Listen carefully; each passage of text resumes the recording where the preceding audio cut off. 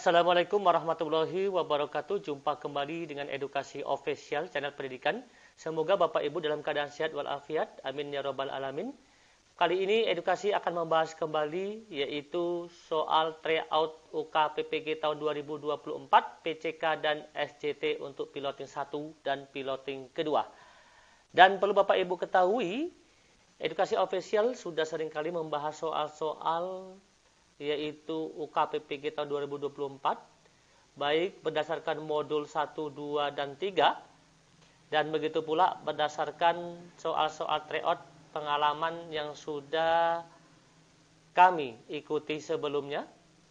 Dan kali ini Edukasi akan membahas pada paket kedua. Dan jika Bapak Ibu ingin mengikuti tryout, link kami sertakan di deskripsi video. Semoga bermanfaat.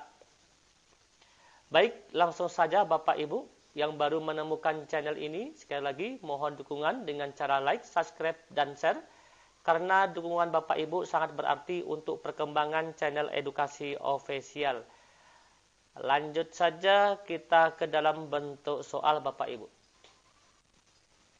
Perhatikan pada soal yang pertama ini, kemungkinan Bapak Ibu sudah pernah membaca, ya. Namun kita kupas kembali di sini, yaitu untuk mengingatkan. Nomor 1, bagaimana guru dapat membangun budaya inklusif di dalam kelas? Artinya, ini adalah pendidikan inklusif Bapak Ibu. Pada pendidikan inklusif ini terletak pada modul ketiga. A. Meniadakan perbedaan di antara peserta didik. Di sini meniadakan perbedaan. B. Menghindari pembicaraan tentang keberagaman. Kita menghindari pembicaraan. C. Meningkatkan komunikasi. Meningkatkan kata kuncinya. Dan kerjasama di antara peserta didik. D. Mengabaikan. Yang D ini mengabaikan kebutuhan peserta didik berkebutuhan khusus. E. Hanya fokus pada pencapaian akademis. Ingat Bapak Ibu, kita sebagai guru tidak hanya fokus pada pencapaian akademis, namun kita perlu yaitu capaian akademis, sikap Bapak Ibu ya, di situ. Dan yang perlu kita ketahui, sosialnya juga kita perhatikan Bapak Ibu.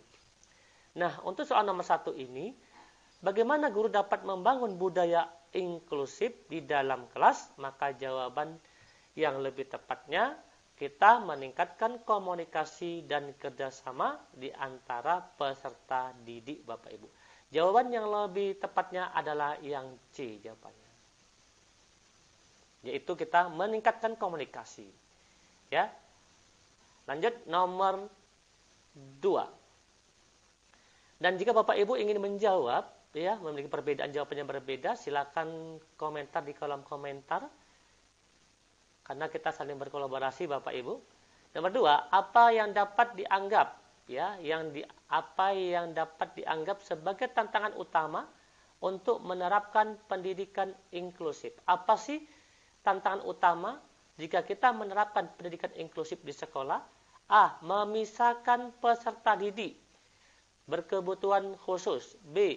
Meminimalkan peran guru dalam kelas.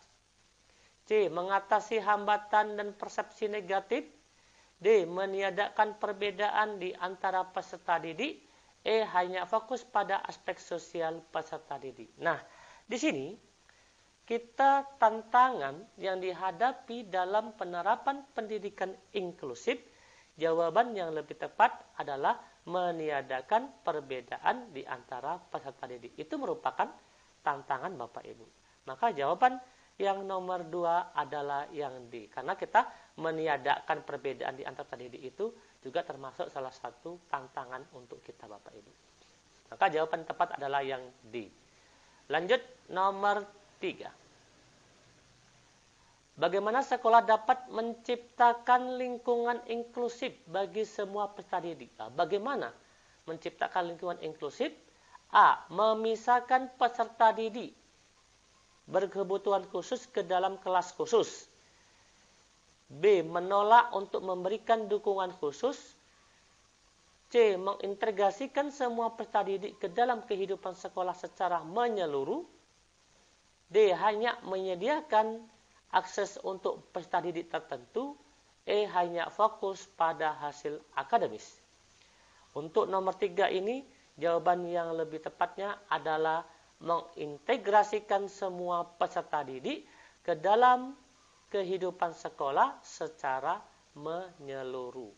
Itulah untuk menciptakan lingkungan inklusif bagi semua peserta didik. Maka jawaban yang tepat adalah yang C. Lanjut. Nomor 4. Mengapa penting bagi guru untuk memahami keberagaman peserta didik di kelas inklusif? Mengapa penting? Guru itu perlu memahami keragaman peserta didik di kelas inklusif. Sebenarnya bukan hanya di kelas inklusif Bapak Ibu, di kelas reguler biasa yang kita alami itu juga kita harus perlu memahami keragaman peserta didik Bapak Ibu ya. A. Tidak berpengaruh pada aktivitas pengajaran. B. Hanya relevan untuk peserta didik berkebutuhan khusus. C. Meningkatkan partisipasi dan keterlibatan semua peserta didik. D. Mengabaikan perbedaan di antara peserta didik. E. Hanya fokus pada aspek akademis. Untuk nomor 4, jawaban yang lebih tepatnya adalah meningkatkan partisipasi dan keterlibatan semua peserta didik. Inilah salah satu penting yang kita ketahui untuk memahami keragaman peserta didik. Maka kita meningkatkan partisipasi kita dan keterlibatan kita kepada semua peserta didik. Maka jawaban yang tepat adalah yang C. Nomor 5. Bagaimana guru dapat menyesuaikan metode pengajaran untuk mendukung peserta didik berkebutuhan khusus dalam kelas inklusif Bapak Ibu? Ini kata kuncinya, bagaimana guru dapat menyesuaikan metode pengajarannya? A. Menghindari memberikan penyesuaian. B. Menyediakan satu metode pengajaran untuk semua peserta didik. C. Menyesuaikan metode pengajaran sesuai dengan kebutuhan individu peserta didik. D. Memisahkan peserta didik berkebutuhan khusus dari kelas. E. Hanya menggunakan metode pengajaran tradisional. Nah, di sini bagaimana kita sebagai guru itu dapat menyesuaikan metode pengajaran untuk mendukung peserta didik berkebutuhan khusus dalam kelas inklusif. Maka jawaban yang tepat adalah menyesuaikan metode pengajaran sesuai dengan kebutuhan individu peserta didik. Jawaban adalah C. Nomor 6. Mengapa ruang belajar harus dapat diakses oleh semua peserta didik sesuai dengan prinsip fleksibilitas? Ingat, di sini kata kuncinya prinsip fleksibilitas. A. Agar peserta didik memiliki kesempatan untuk berubah desain ruang kelas atau ruang belajar. B. Untuk membatasi akses peserta didik dengan kebutuhan khusus. C. Untuk mengutamakan akses peserta didik berkebutuhan khusus. D. Demi mendukung keberagaman peserta didik. E. Agar peserta didik terbiasa dengan keterbatasan akses.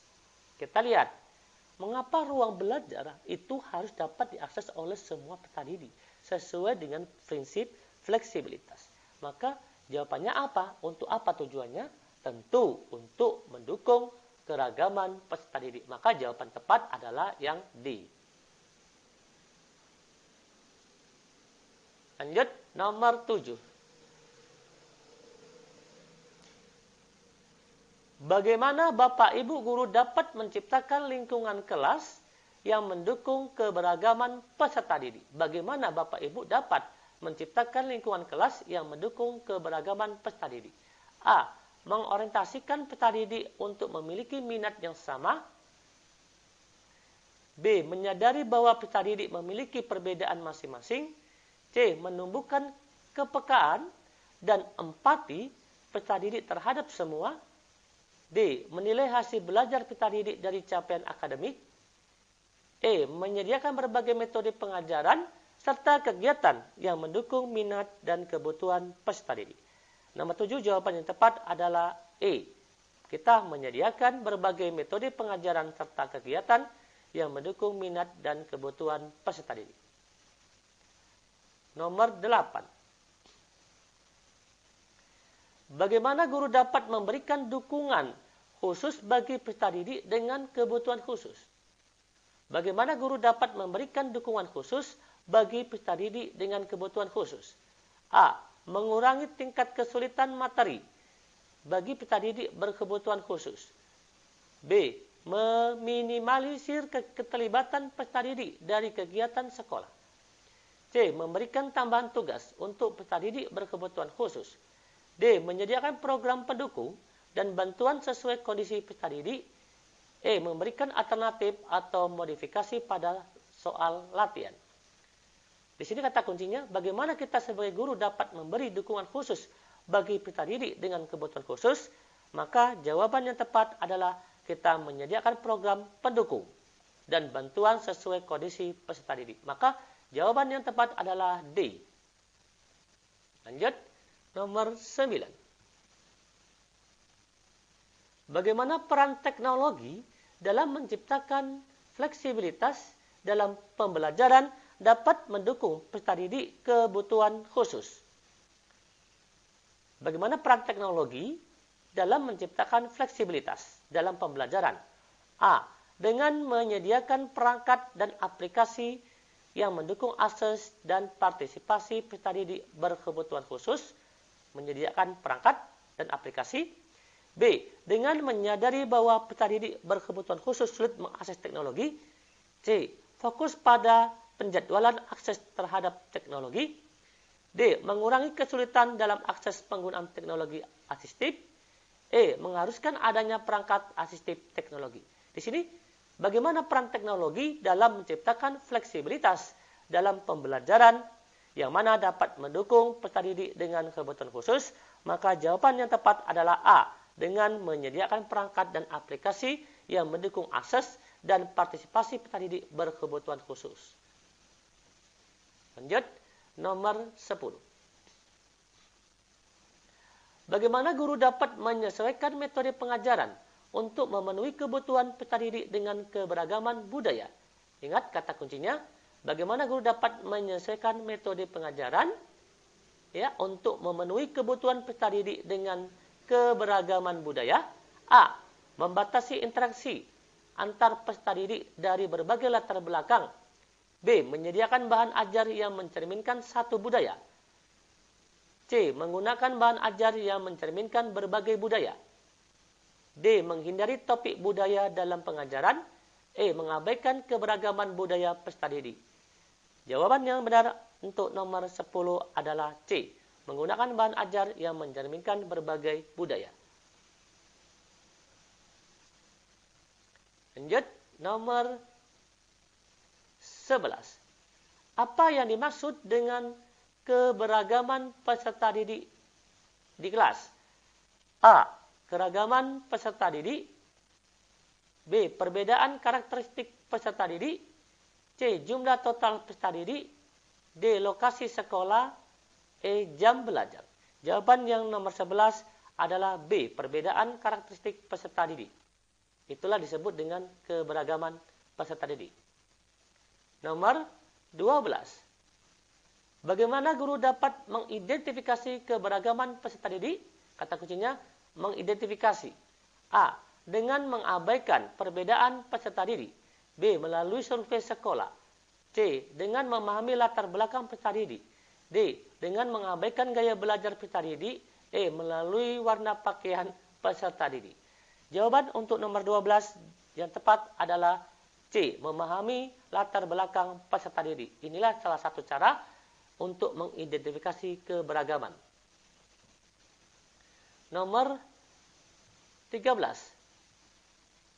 Apa yang dimaksud dengan akomodasi dalam konteks pembelajaran? Dimaksud dengan akomodasi dalam konteks pembelajaran. A. Keseragaman metode pengajaran. B. Menyesuaikan untuk memenuhi kebutuhan peserta didik. C. Jumlah tugas peserta didik. D. Penggunaan buku teks standar. E. Pola ujian yang sulit. Jawaban yang benar untuk nomor 13 adalah B. Penyesuaian untuk memenuhi kebutuhan peserta didik. Nomor 14. Untuk nomor 14 dan nomor 15 silakan Bapak Ibu jawab di kolom komentar. Jawaban Bapak Ibu akan kita cek satu persatu. 14. Bagaimana guru dapat memberikan akomodasi yang layak bagi peserta didik dengan gaya belajar yang berbeda? Bagaimana guru dapat memberikan akomodasi yang layak bagi peserta didik dengan gaya belajar yang berbeda? A. Mengabaikan gaya belajar peserta didik. B. Memberikan satu metode pengajaran untuk semua peserta didik. C. Menyediakan variasi materi dan metode pengajaran.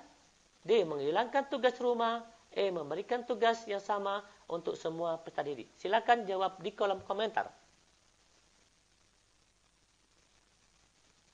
Kita lanjut nomor 15.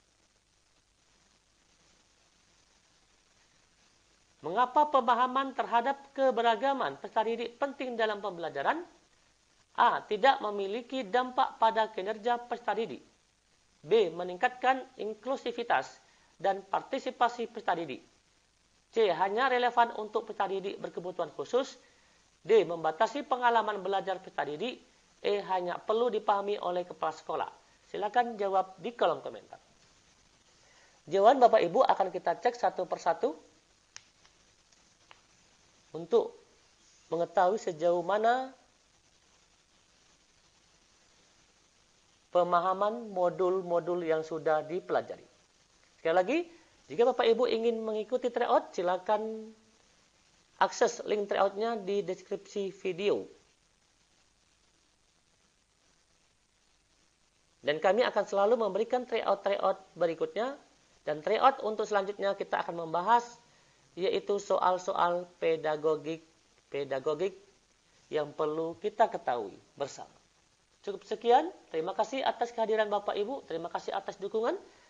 Kami akhiri. Wassalamualaikum warahmatullahi wabarakatuh. Salam edukasi.